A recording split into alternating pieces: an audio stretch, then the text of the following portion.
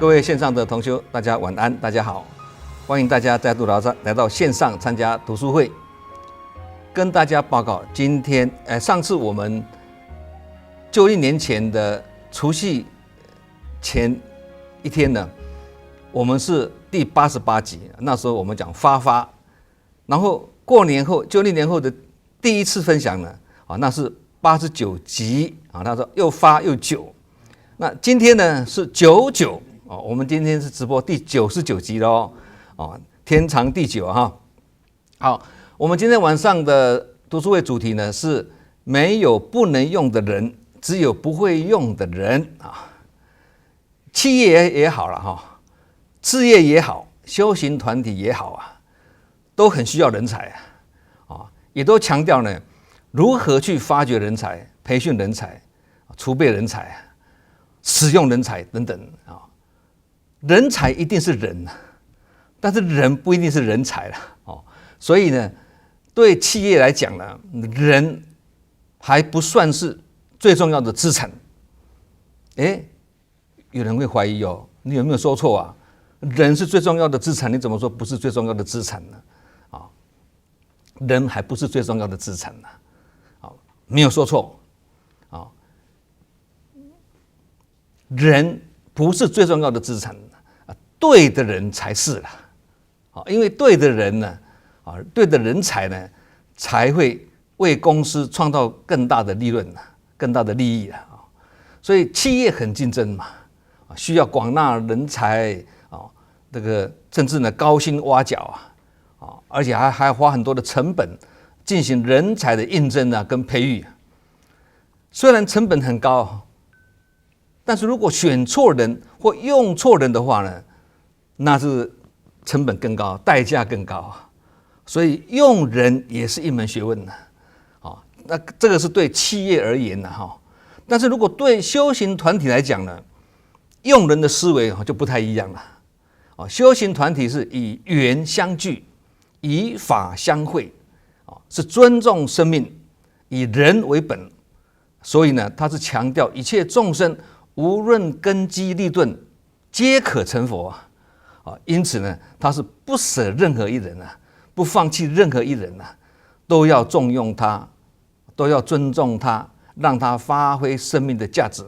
其实呢，在这个慈济志工团体里面呢，当你听过一些人的这个现身说法之后呢，会发现呢，这些志工们都有一段呢不堪回首的往事有些呢像是好勇斗狠作奸犯科啦，酗酒打架啦，贩毒啦，吸毒啦等等虽然这些人已经是浪子回头了，但是呢，他们在社会上呢很难被一般人接受然而呢，因缘聚会的，他们在上人的感化之下呢，弃邪归正，投入当志工以自己的心路历程呢去警惕别人像这种浴火重生、翻转人生的真实故事真实例子在志工团体里面呢，可以说是不胜枚举那他们当中呢，有些人投入志工之后呢，有的人在精舍里面呢负责修剪花草的，有的人投入环保工作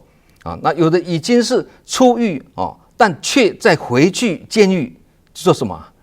去以自身的经验呢，去辅导那些误入歧途的人那这个也是算他们的志工工作了那里面也有黑道大哥级的人物过去也是什么打打杀杀啦、暴力讨债鱼肉乡民收保护费等等，无所不及。但经过正言上人的调教之后呢，洗心革面弃邪归正现在是国际赈灾的重要人才那有一些志工呢，在不同的领域里面也是担当很重要的工作。这个印证呢，西方有一句格言每一位圣人呢都有他的过去，每一位罪人呢都有他的未来。其实佛陀也有他过去的这个一段才会跟提婆达多呢牵扯不完嘛因为提婆达多一直要害死佛陀这是有过去的因缘嘛这是佛陀的过去佛陀都这样子的，何况是一介凡夫的我们呢那正言上人也很会用人任何人呢，只要他有心要向善的话，那这些商人都会把他当作人才重用，激发他的潜能。所以呢，会用跟不会用的差很多。我们再举个例子，一块枯木啊，不会用的人呢，会把它当作木材烧掉。那会用的人呢，却把它拿去种香菇。同理啊，一块朽木，不是讲朽木不可雕也吗？那以前人讲的了，朽木可雕，不是不能雕。不会用的人呢，就会把这个朽木呢，把它丢弃掉，因为不能用了嘛。但是会用的人呢，他会把它雕刻成佛啊。所以朽木怎么不可雕？朽木可雕成佛啊，怎么不行呢？对，好，那还有一个例子，保特瓶，一个保特瓶。一般人是用过即丢了嘛，那慈禧把它拿来呢，做成赈灾用的毛毯在几十年来里面的这个很多国际的灾难里面呢，我们去救灾去赈灾呢，发放毛毯是一个很重要的一个发放工作一个很重要的发放物资啊。那现在这些毛毯呢，也同样送到了波兰去了，准备发放给乌克兰的难民已经现在在波兰了，我们要找当地的志工来发放。还有一个往生的大体一般人不是土葬就是火化但上人呢宣导大体捐赠成就医学院的学生的医学技术，让他们拿去当解剖或者模拟手术来使用刚刚以上讲的这些呢可以讲说本来都是无用的嘛但是只要会用就可以把它变成大用跟妙用，所以我们才说运用之妙，存乎一心，道理在这里。所以对修行团体来讲不只对的人是资产不对的人也是资产不能摒弃不对的人，也不能摒弃犯错的人，因为我们的心愿就是要把不对的人教育成对的人要把犯错的人呢教化之后呢，让他迷途知返这是我们的任务我们的心愿所以盈利的企业团体跟非盈利的修行团体在用人的思维上有相当不同的思想脉络，格局也是迥然不同不过呢，有一个很重要的观念呢，是企业跟事业呢最大的公约数，这个大家都认同的。这个观念就是不要只是做一个对的人，还要做一个慈悲的人，这个是最大的公约数了。只是对的人，但不是一个慈悲的人，这样会造成一个现象，就是说话很有道理，但是声色非常失礼。如此道理再好，难进别人心里很有道理有一句近似语说呢，勿轻视己人，人有无限的潜能这句话大家人人是朗朗上口了那这是对每一个人而说的，意思就是说，每一个人只要你有心学习，也很用心学习不管根基立顿呢，都有可能成为可用之才所以呢，会用人的人他会因材施教，观机斗教，让人人感觉天生我材必有用。那不会用的人呢，人才给他用，也会变成庸才了我们不是讲将帅无能，累死三军吗？就是这个意思了那不只用人的道理是这样的，用法的道理也是一样。会用法的人呢，他会把方法变成妙法不会用法的人呢，即使大法在他身上，都会变成法执。什么意思越有法，反而越执着，变成佛模佛样，佛理佛气，这样就大事不妙了所以不管是企业或者事业，都会认同一个观点。什么观点跑错方向的天才，不如跑对方向的庸才。很有才华才干，但用错地方造成越精进越偏离正道，这样事情就大条了有一句话说，强将手下无弱兵为什么？因为既然是强将，则必有其领导的强项他会集思广益，察纳雅言，他懂得知人善用，所以能够人人尽其才啊，人人事其职啊。而他的手下因为人人有机会呢，自我发挥、自我超越与突破，从中培养坚强的信心，所以叫做吴罗宾啊。那也有一句话说：“名师出高徒啊。”高明的师傅呢，会教出技艺高超的弟子、徒弟；优秀的教练能教出优秀的选手啊。优秀的老师也能教出优秀的学生啊。同样的道理，好的师傅也会调教出好的弟子啊。那其实，在佛门里啊，我们虽然讲说啊，师徒有缘呐哈，那其实呢，最终还是怎么样？师父引进门，修行在弟子啊。表面上啊，我们是皈依某某法师啊，其实最终还是皈依自性三宝。最后还是回归自信跟自心。名师之所以会成为名师，自有其德高望重之处。不但精通法要，智慧如海，同时呢，心系众生，不舍众生，不舍任何一人，而且把每一个人当作未来佛，去礼敬诸佛啊。所以呢，在他的面前，无论是贩夫走卒、贫富贵贱啊，或者是达官显要等等，人人没有分别，而是慈悲等观呐，众生平等呐。因此呢，他能够让富者啊富而好仁，让善者呢乐善好施啊，让贫者呢安贫乐道，甚至呢以贫济贫，所以人人都是可用之才，都被重用啊，不分根基立顿的，人人欢喜行于菩萨道上，这样就是用生命走入生命，也就是我们所说的人间活菩萨。所以才说名师出高徒嘛。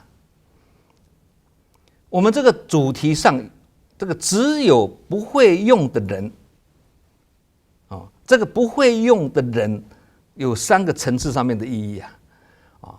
第一个是什么？第一个是别人不会重用我们。那第二个呢，自己不会重用别人啊，刚好相反啊。为什么自己不会重用别人啊？贤而不知，知而不用，用而不认啊。这3个对一个国家的不祥之兆，尤其是领众者啊，对一个团体、一间公司也是一样啊。那刚刚这3个呢，是在第69讲里面啊，对人不放心是对自己没信心啊，这个里面有详细的解说哈。各位如果有兴趣的话呢，去参考啊。第二个是这个啊，第3个呢，自己不会重用自己。刚刚第一个是别人不重用我们，那第二个是我们不重用别人啊，第3个是自己不会重用自己。什么意思啊？看清自己，妄自菲薄的意思了。所以呢，不会用人，不会用的人啊，就是三个层面的。那别人要不要重用我们，那是操之在别人；那自己要不要重用自己呢？是操之在我。有时候呢，是自己先失去自信，才接着呢失去力量嘛。有时候是什么样？慢慢的失去力量了，最后呢没有信心了。2个是互为因果了。不管是失去信心或失去力量，都是从自己身上先造作起来的，之后才在外面，之后才产生外在的负面效应呢。那这个就是一句俗语所说的，大家一听就懂了：务必自腐而后重生啊！这句话也是很好的警惕哦。为什么？东西一定是自己先腐烂的，才会长虫。虫不是从外面的进来里面的，而是从自己内部里面产生的。同理啊，失败或困顿的源头，也都是先来自本身。外在的只是落井下石的效应而已啦，打落水狗一样的意思啦。所以如果想找到源头，向外找不到，要向内找。什么意思？就是反躬自省，检讨自己，自我盘点呐。正言上人讲的啦，这样就是从因去下手才是解决问题的究竟之道啊！无论是强将或者是名师，他们都具备了才德兼备的领众特质啊，对用人跟治世都有他过人之处啊。这个告诉我们一个道理啊：用人或治世之道呢，心念上不能有人跟事的好坏偏见啊，跟武断、自以为是、心存定见、先入为主，不可以有，而是要有疑人不用、用人不疑，以及信己无私、信人有爱这样子的心量跟胸襟的去做人处事啊，才会近者悦，远者来了啊。一些上人、正言上人跟一些高僧大德就是如此嘛。你身边的人呢，跟你跟得很喜悦，远方的人呢也很想来亲近你啊，这个叫做近者悦，远者来了哦，是最成功的领导统御。换一句话说，叫做众望所归了啊。有一句顺口溜呢，说得很好啊，我们大家一起来分享啊。与其要别人对我们重用，不如我们自己先自重。别人已经对我们不重用，而我们自己又不自重，这样人生的路会越走越沉重啊！不管别人对我们有没有重用，只要我们自己很自重，则无用之用也是妙用，因为天生我材必有用，这句顺口溜了啊。所以呢，有没有被重用，有时候表面上看起来是跟别人有关啊，那你仔细去把它探究呢，其实是跟自己有没有可用之处有关呐啊。如果觉得自己是才华横溢啦，但却怀才不遇，那可能跟自己人缘不好或因缘不好有关呢啊。这样就是无缘呐，无缘当然就寸步难行嘛。有缘走遍天下，无缘寸步难行啊。有福也是一样，有福走遍天下，无福寸步难行啊。这也是自己缺少贵人的问题，不能就怪别人哦。有一句话说：“自助而后人助，人助而后天助”，一样就是这个道理啊。佛陀曾经对阿难开示说：“阿难啊，汝当自为舟，汝当自归依，勿他归依，当以法为师，以法为依归啊。”这句话上次我们有提过一次。这是佛陀的精辟教示啊，教育我们什么？要依靠自己跟依靠法，依靠自己跟依靠正法。因为每一个人呢都是自性三宝，所以才说自归依嘛。这个道理跟刚刚讲的自助、人助、人助、天助是一样的，都是强调要依靠自己，从自己做起。念佛诵经不是要念给佛听，而是要念给自己听，是要深深唤醒内心的主人翁啊。那主人翁是谁啊？内心的主人翁是谁？就是我们的真心，也就是我们的自信啊。我们以前不是常常讲吗？反观自信嘛，自信的显现啊，等等，这个自信啊。如果说是要念给佛听也可以啦，要念给哪一尊佛听啊？我们心中那一尊自信佛。皈依也是一样啊，表面上是皈依某某师父啊，其实是皈依自己的自性三宝。这个道理要清楚哦。佛法虽然教育我们要自皈依啊，皈依三宝或者以法为师也告诉我们说这个是修行最好的安住之道。不过我们也要自我警惕哦，警惕什么？如果过头了，太注重自我，而变成唯我独尊或目中无人啊，这样会很容易陷入唯我跟唯心的层次啊，稍一不慎呢，会犯上真上慢啊，共高我慢啊，造成自以为是，事事以自我为中心。因为你说皈依，你是说依靠自己吗？不是吗？皈依自信佛不是吗？过头变成这样子啊，我说了算，这样方向就偏差了，就不对了。所以，如果能做到皈依自我、皈依真理跟皈依正法，一方面也不陷入外道的迷信的信仰，另一方面也不会陷入自我傲慢的那种心理啊。这样才是如理如法的中庸之道，非常细腻，不偏不倚的中庸之道这个就是我们要学佛要追求的方向了啊。刚刚讲到自性三宝嘛，顺便提一下凡夫有三宝，智者也有三宝，大家都有这种三宝凡夫有哪三宝了？一个三宝是一个秤，一把尺，一条鞭，这是凡夫的常常拿秤去称别人，拿尺去量别人，拿鞭子去鞭策别人。智者也有三宝，同样是一个秤，一把尺，一条鞭，但智者是拿秤来称自己，拿尺量自己，拿鞭子随时鞭策自己学佛的尺是拿来量自己，不是来量别人。同样的道理，经师语是拿来教育自己，不是拿来教训别人的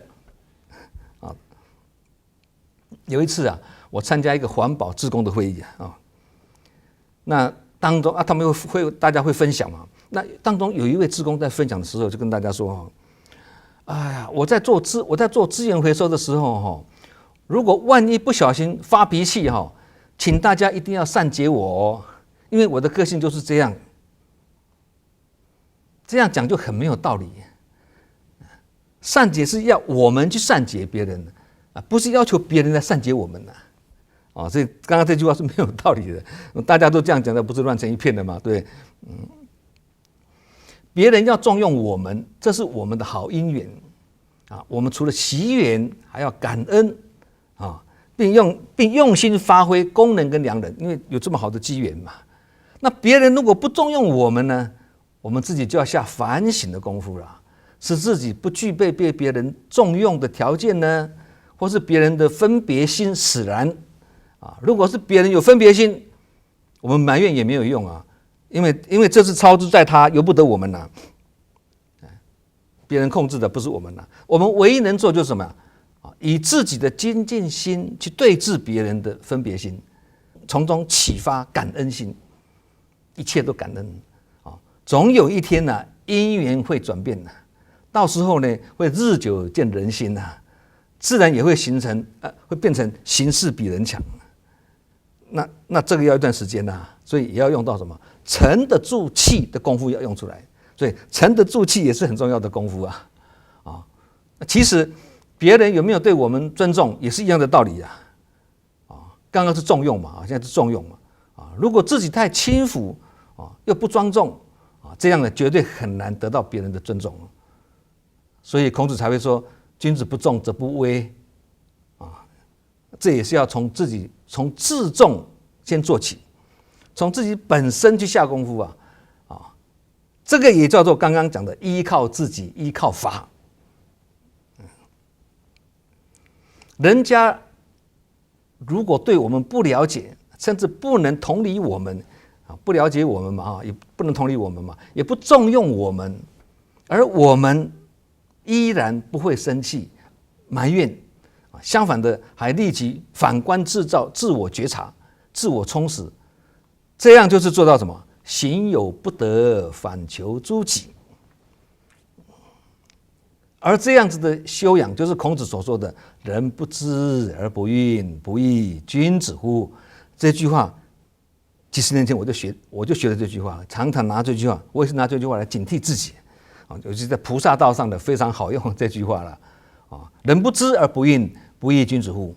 什么意思人家不了解我们而误解我们，冤枉我们，甚至不重用我们叫做人不知而不愠我们呢也不会怎么样生气动怒，也不会怨天尤人，一切呢处之泰然这个就不简单的功夫这样就是君子了啦那孔子也有说一句话叫什么也非常好，不患无为，患所以立不患莫己知，求为可知也这是一句话了但是有两段那第一句呢，不患无为，患所以立，意思是什么？一个人不怕没有立足之地无位就是没有立足之地，没有那个地位的意思了啊。那最怕是什么啊？最怕、最担心的是自己不充实自己，而没有什么真材实料可以让自己站立起来。同理，不必怕别人对我们不重用，要担心的是自己有没有具足被人家重用的条件，要担心的是自己有没有坐上那个位置的实力有没有啊？这个叫做不患无位，患所以立的。那后面这一句呢？不患莫己知，求为可知也。意思是什么？人不要怕没有人了解我们啊，不要啊，只要能积极充实自己，也能努力学习，时间久了，别人自然会越来越了解我们呐。日久见人心，不是这样子吗？啊，那其实这个整句话呢，是孔子崇高的教育思想，值得我们学习哦。尤其刚刚那一句哈，那个人不知而不愠，不亦君子乎啊，这是非常好的一个生活智慧啊，用在菩萨道是非常的好啊。但是呢，我们也要随时自我警惕哦。刚刚说不担心没有地位嘛，但一旦有了地位，有了立足之地了，也被重用了，甚至也做出一番作为了哦，那这个时候还要继续提醒自己哦，不被重用也要提醒自己，被重用了也要提醒自己啊，提醒什么？碰到如意或顺境的时候，容易喜形于色，但要懂得收敛常行，则更为可贵啊。这句话还是很好。为什么？因为有一些人一旦被重用了，就会马上趾高气昂啊，不可一世啊，甚至得意忘形啊。我们不要这样子，还要谦卑、收敛、低调。这就是韬光养晦的境界嘛，这4个字韬光养晦的这个境界，这个值得我们学习就叫什么？就是碰到困难就上啊，碰到荣誉就让，这个就是韬光养晦的精神呢，这个不简单啊。我们一般人认为所谓的人才应该什么？应该是有才华、有能力、有经验、很聪明，但是正言上人他不这样认为哦。他不认，但是我们意思不是说聪明、经验、能力都不重要哦，这个只是世间法了，境界要更高的就是出世间法，所以我们才说用出世的精神来做入世的工作嘛，意思在这里嘛。所以正言上人认为只会展现才华的人还不算是真正的人才，这个是智者对人才的一个看法。真正的人才是什么？以正言法师来讲他说行事低调，深藏不露，默默耕耘，一心修德的人。简单讲就是这个4句了。那现在我们来看看正言上人对人才的定义是什么？我们大家都要找人才、发掘人才、储备人才那这个人才的定义是什么你不要除人家除错了，不是人才你把它除起来。对，我们来看看正言上人对人才的定义是什么那以实际的法门来讲，就是说，如何成为上人心目中好用的弟子就是我们努力的目标了总共有7个条件。第一个，谦虚而非不可一世，洁身自爱，能够涵养德香这几个字就是知深之人也有知浅之时嘛，以前我们有讲过嘛，还有的学啦那知浅之人也有知深之时，所以对自己所学的要有信心，不要自卑所以知深的不能瞧不起知浅的，知浅的也要对自己，不要对自己没信心知深知浅也很难认定，老实讲啦，就好像圆形跑道一样嘛，对，沾之在前，呼焉在后，到底是前还是后根本就分不清嘛，所以非前非后嘛，不二法门就是这个意思嘛。对，好，第2个，没有私爱的执着，而能够平等待人这几个字。私情小爱是烦恼的，常情大爱是清净的不能有私心，也不能把佛法拿来当人情更不能做最后断种人不但自己不能断慧根，也不能去断别人的慧根啊！不要去障碍别人的，不要去退人道心的意思的啊！平等待人，后面不就能够平等待人嘛？无私跟平等，这个很重要，尤其是领众者啊，心安理得是最好的支柱，公正无私是最好的至宝。人家误会你、冤枉你没关系，心安理得，我是最好的支柱。我做事情公正无私啊，这是最好的至宝。你再怎么讲，我还是如如不动，不被你影响。哎，这个不简单啊。好，第三个，心量开阔，能克制脾气啊，这几个字。其实心量跟格局是成正比啊，什么样的格局就有什么样的结局啊。其实这个在很多志工工作者里面看得很清楚啊，有的据点里面看看那个核心团队跟负责人的格局多大，他的会务发展就能够多大，这个是这个非常灵验的啊。所以有什么样的格局，就会造就什么样的结局啦。那生气愤怒刚刚讲嘛能克制脾气就是不要生气嘛。那生气愤怒呢，个人是什么？身心跟情绪的克星在我们心田混沌不清情绪沸腾的时候发脾气嘛，容易讲话伤人得罪人这样就会跟人家结下恶缘所以克制脾气很重要。再来分享一句顺口溜这个都是以前我自己做笔记的时候把它写出来的大家参考了不过大家一听就很容易懂了好，一旦进慈济就要改脾气，已经做慈济更要改习气，一边做慈济一边勤修落度波罗蜜，能辱中精进，才能启发信心毅力与勇气。说话没有好口气，动不动就发脾气，如此伤神又费力，实在是跟自己过不去。所以莫为小事来生气，你若生气就中他计，要是气死没人替，仔细想想又何必？最好赶快进来做慈济做慈济。这个很有意思这个顺口溜。那第四个条件做事认真，与人无争。8个字做事认真就是说做事很积极、精进、朝气、活力那做事认真是很好啦，但是做人就不要太认真了也就是不要太计较的意思了尤其做干部的由于认真，责任感很重，所以他会怎么样？他会求好心切，对很多事情呢吹毛求疵，给自己烦恼，因为达不到，因为求不得求不得苦别人做不到所以给自己烦恼，也给别人困扰都听你的吗？你要求不完不听你的吗？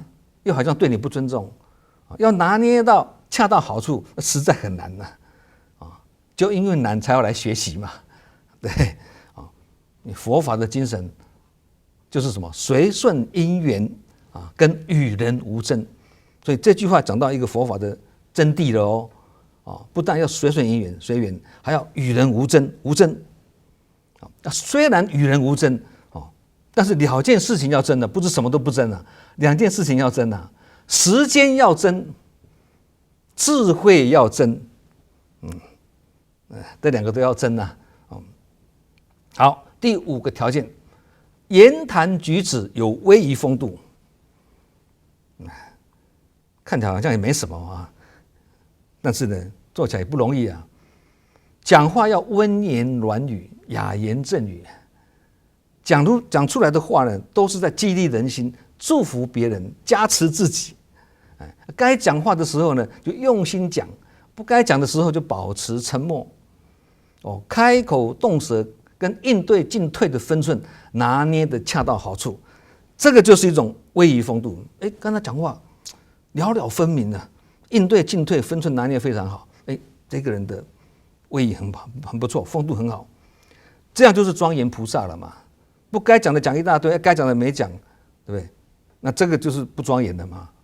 所以做菩萨就要做庄严菩萨不要做邋遢菩萨啊。同样是菩萨，一个庄严一个邋遢，那就形象不一样了哈。那这个就跟威仪风度息息相关了嘛。好，第六题，有觉有得又有清净心啊。有觉有得啊，就有觉性又有得恨啊。想要觉悟跟解脱要靠自己啊，这种事要自己来啊，别人没办法帮我们做啊，佛陀也没办法帮我们觉悟或改习气啊，这个是我们自己的功课，要自己来啊。那要说服人家呢，就要讲道理跟讲真理啊，不是靠自己的权势、自己的头衔、自己的地位。服人先服心，叫做以德服人呐，所以有才无德啊，跟有德无才怎么区别呢？有才无德是很有才华才干，但是没有品德，这样无法临众了，因为临众就是要以德服人嘛。你虽然很有才干，但是你品德不好啊，师德不好啊，无法临众。那有德无才呢？修养很好。但是没有才干，没有才华，也经验不足，这样就无法把事情做得好啦。所以呢，才德兼备是最好。但是如果才德无法兼备，还是要选一个嘛，对，以德为重啊。因为修一生之德呢，无事不成啊。所以在修行团体里面呢，不是强调很会做事情，就要强调很会做人呐。意思在这里嘛。好，最后一个第7个条件呢，把握大原则，小事不计较。每一个条件的字都很简单，但是意境很深远，不容易做得到。把握大原则，小事不计较，意思就是说，要以如来家业为己任，置个人小事于度外。个人事小啦，天下事大啦。那大原则是什么？把握大原则大原则是什么？大原则就是尽思法脉。以慈济的法门来讲，就是尽思法脉，因为法是最高的指导原则跟行动准则嘛。即使你是念佛诵经也是一样啊，你是佛教徒，它就有佛法、佛理最高的指导原则跟行动准则，是精神堡垒啊，必须不动如山，是恒古今不变的。所以法脉是重头，很重要。那什么是大事，什么是小事呢？刚刚不是讲小事不计较吗？那什么是大事，什么是小事？心量大则大事变小事啦，心量小则小事变大事。心量大则复杂的事情变简单了，心量小，简单的事也会变得很复杂。同理心宽念纯则不生事端，不会发生事情；心不宽念不纯则无端生事啊。所以净思语说，不怕事多，只怕多事，意思是在这里的。为什么会多事啊？你心小，心不宽念不纯，所以就是变成多事之秋嘛，多事嘛。事情多不怕，只怕事多，只怕什么？多事，多是非啊。刚刚那个净思语就这个意思嘛。所以不是看事情本身，是看我们的心量啊。做事的方法或制度可以因人而异，因地制宜啊。才会观机斗教起妙用嘛，这个不必去坚持，方便善巧，可以妙用就好，那就是妙法嘛，这个叫做小事不计较，不要去管那么多，他要做就让他做，他用他的方法做也没关系，不要都要照你活成你的样子，不可能好，以上总共7个条件呢，是正言上人认为真正人才的条件。也就是上人心目中的人才，这个跟企业是完全不一样的啦。那有这样的人才呢，上人才真正觉得，我将来后继有人啦，才能够真正的安心的。不过我们老实讲这种条件能够全部做得到，大概只有正言上人跟一些高僧大德，对不对？我们看的真的是看起来好像很简单，其实做不到，不容易啊。因为虽然这7个都是出世的精神，也是正悟的理念，境界很高，不简单。然而呢，我们也不能妄自菲薄，看轻自己。哎呀，这做不到啦，这个是高僧大德做得到，我们做不到。我们也不要妄自菲薄，看轻自己，也不要还是要努力精进啊，先做到超越人性，才有可能慢慢的接近佛性啊。只要不轻言停退，则人生充满了庆幸。好，今天晚上我们读书会就讲到这里，告一段落。下周同一时间我们空中相会啊！感恩大家，祝福大家，再见。